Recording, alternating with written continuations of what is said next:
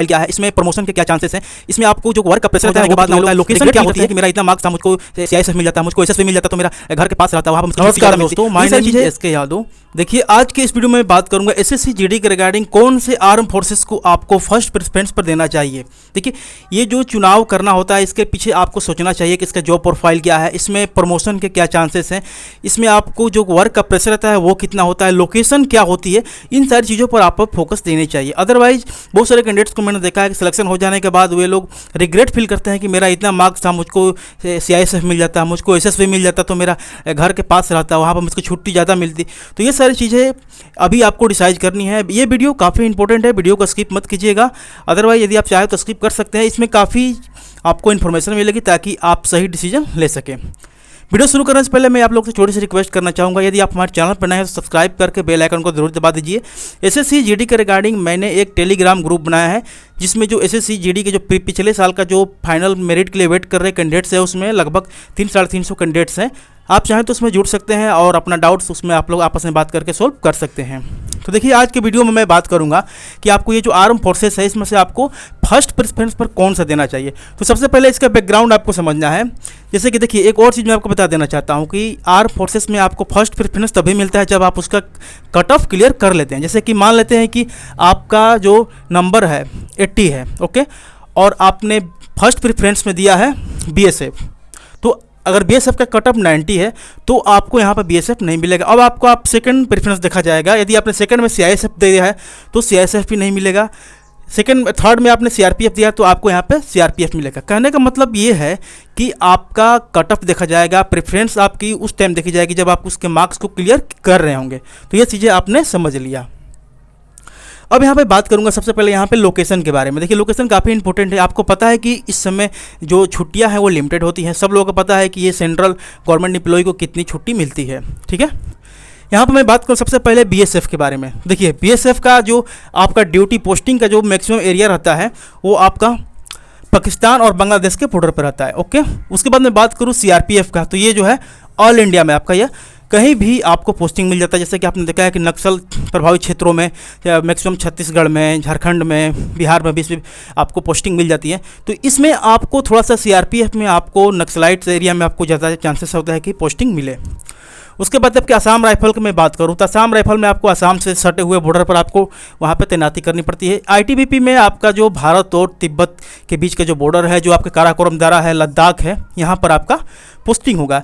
SSB की बात करो तो ये भारत और नेपाल के बॉर्डर पर आपको यहाँ पे पोस्टिंग मिलेगी। सीआईएसएफ ऑल इंडिया का जॉब है, मतलब इसमें आपको जो इंडस्ट्रियल एरिया होते हैं, एयरपोर्ट वगैरह, कंपनी बड़ी बड़ी जो महारत नॉर्दर्न कंपनियां हैं, वहाँ पर हॉस्पिटल वगैरह में आपको यहाँ पे पोस्टिंग मिलेगी। एसएसएफ आपका मिनिस्ट्रियल का पोस्ट है, मतलब आप मिनिस्ट्री में रहकर काम करना चाहते हैं, मतलब दिल्ली में, तो वहाँ पर आप इससे चुन सकते हैं।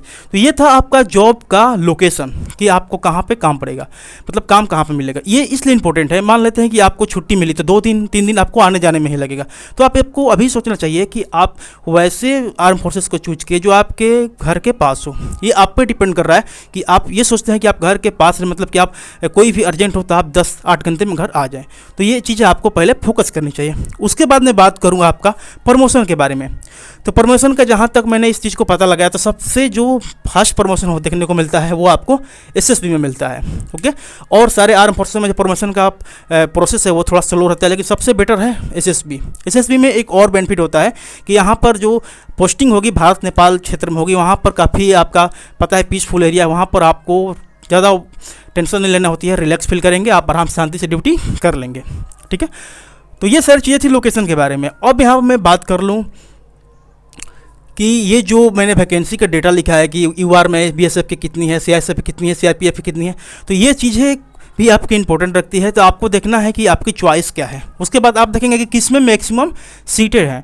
मैक्सिमम सीट है तो आप मान के चलते हैं कि मैक्सिमम सीट होने की वजह से वहाँ पर जो आपका कटअप रहेगा, तो जिसमें वैकेंसी कम है उससे थोड़ा सा कम रहने के चांसेस है। देखिए, सीआरपीएफ सीआईएसएफ की वैकेंसी 50 है, मे बी आपकी फाइनल ज्वाइनिंग तक इसकी सीटें बढ़ जाए, लेकिन फिर भी इतना नहीं बढ़ेगी कि इसके कंपेयर कर लेगी। तो आप ये चीज़ों को देखेंगे कि आप फर्स्ट चॉइस में अगर आप CISF देते हैं तो वहाँ पर आपका फ़ायदा होगा या नहीं होगा। तो मेरे अकॉर्डिंग इसका कटअप काफ़ी हाई जाएगा। यदि आपने फर्स्ट प्रेफरेंस में दिया भी तो ये आपके मिलने के चांसेस काफ़ी कम रहेंगे। यदि आप काफ़ी इंटेलिजेंट है, आपको कॉन्फिडेंस है कि हाँ मैं ले लूँगा, तो वो अलग चीज़ है। लेकिन यहाँ पर थोड़ा सा आप प्रैक्टिकल होकर सोचेंगे तो ये चीज़ें आप समझ सकते हैं। ओके, तो इस तरह से मैंने यहाँ पे जो डेटा लिखा है कैटेगरी वाइज, उसके आधार पर मैं सबसे पहले आपके पोस्ट प्रेफरेंस बात कर लूँ। और मैंने आपको लोकेशन बतला दिया कि हाँ लोकेशन, प्रमोशन और आपका जॉब का प्रेशर कितना होता है, सारी चीज़ें आपने समझ लिया है। तो देखिए, सबसे पहले मैं बात करूँगा आपका UR कैटेगरी का। UR कैटेगरी के कैंडिडेट्स को पोस्ट प्रेफरेंस में पहले क्या देनी चाहिए। तो देखिए, ये आप पे डिपेंड करता है। ओके, आप पे इसलिए डिपेंड करता है कि आप चॉइस क्या करते हैं। मेरे अकॉर्डिंग आप देखें तो सबसे ज़्यादा वैकेंसी BSF में है, आप एक नंबर पर BSF दे सकते हैं। ओके, यदि आप BSF देना नहीं चाहते हैं तो मेरे अकॉर्डिंग आप यहाँ पे SSB दे सकते हैं। SSB काफ़ी बेटर जॉब है, SSB आप दे दीजिए। उसके बाद CRPF आप सोच सकते हैं कि आप नेशनलाइट क्षेत्र एरिया में, आप जंगलों में, उधर आपको जो डेयरिंग वर्क है वो आपको अच्छा लगता है तो आप वहाँ पर चूज कर सकते हैं। ओके, एक नंबर पर आप BSF देंगे, 2 नंबर पर CRPF, 3 नंबर पर असम राइफल, 4 नंबर पर ITBP, उसके बाद SSB, CISF, SSF। SSF को मैंने लास्ट में रखा है। इसका रीज़न मैं जो यहाँ पे प्रेफरेंस आपको बतलाया हूँ, आपको वैकेंसी के अकॉर्डिंग, मतलब आपकी पोस्ट कितनी है, ठीक है। अब इसमें आप चेंजिंग कर लेंगे, आप अपने अकॉर्डिंग देखेंगे कि आपका मतलब एक आदमी का डिज़ायर भी होता है कि मेरे को ये वाली जॉब करनी है, ये करना है, तो आप उसके अकॉर्डिंग आप देख सकते हैं। लेकिन प्रैक्टिकल होकर सोचेंगे तो वो चीज़ें आपके लिए सारी हो जाएगी। उसके बाद आप देखेंगे आप किस स्टेट से बिलोंग करते हैं। आप क्या असम से बिलोंग करते हैं तो आप असम राइफल को भी 1 नंबर पर दे सकते हैं। ओके, तो ये थी मैंने आपको बतलाया UR कैंडिडेट के लिए। उसके बाद मैं बात करूं EWS का, तो EWS का आप देखते हैं सबसे मैक्सिमम जो सीट है आपका BSF में है, CRPF। ओके, BSF और CRPF। और BSF की जैसे कि मैंने बताया कि आपकी जो ड्यूटी होती है वो आपका पाकिस्तान और बांग्लादेश के बॉर्डर पर होती है। तो यहाँ पर आपको राजस्थान, पंजाब वगैरह में आपको ड्यूटी मिल जाएगी।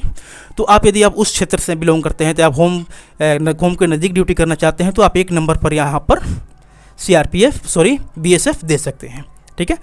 अदरवाइज आप चॉइसेस, तो ये मेरे अनुसार आपको यहाँ पर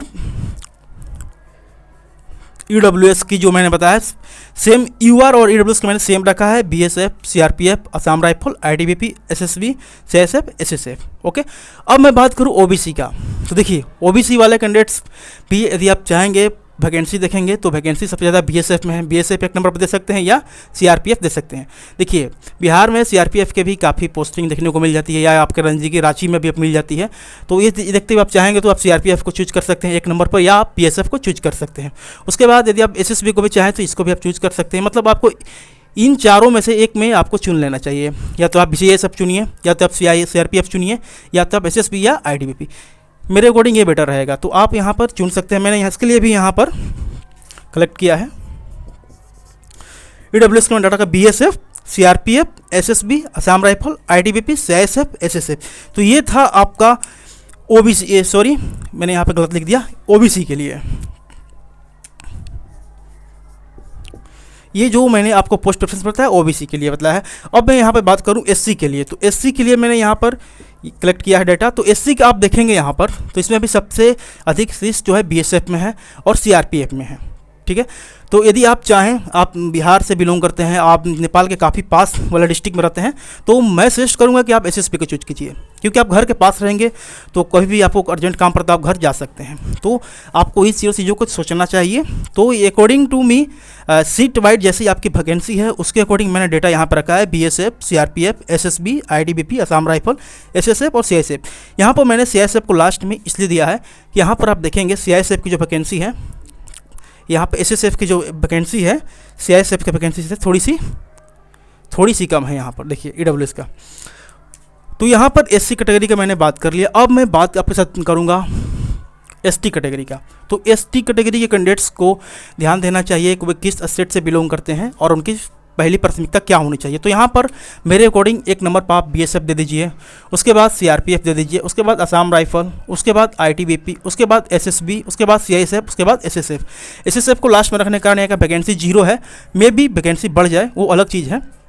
तो ये सारी चीज़ें आप ध्यान में रखेंगे। तो सबसे पहले आप इन सारी चीज़ों को सोचें कि आपको लोकेशन कहाँ का चाहिए, किस लोकेशन में आप जॉब कर सकते हैं।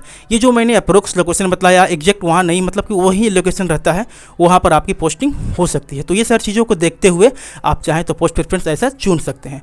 अब जल्द ही अपकमिंग वीडियो में लेकर आऊँगा कि किस तरह से आप तैयारी करेंगे, हर एक सब्जेक्ट वाइज आपको कैसे तैयारी करनी चाहिए।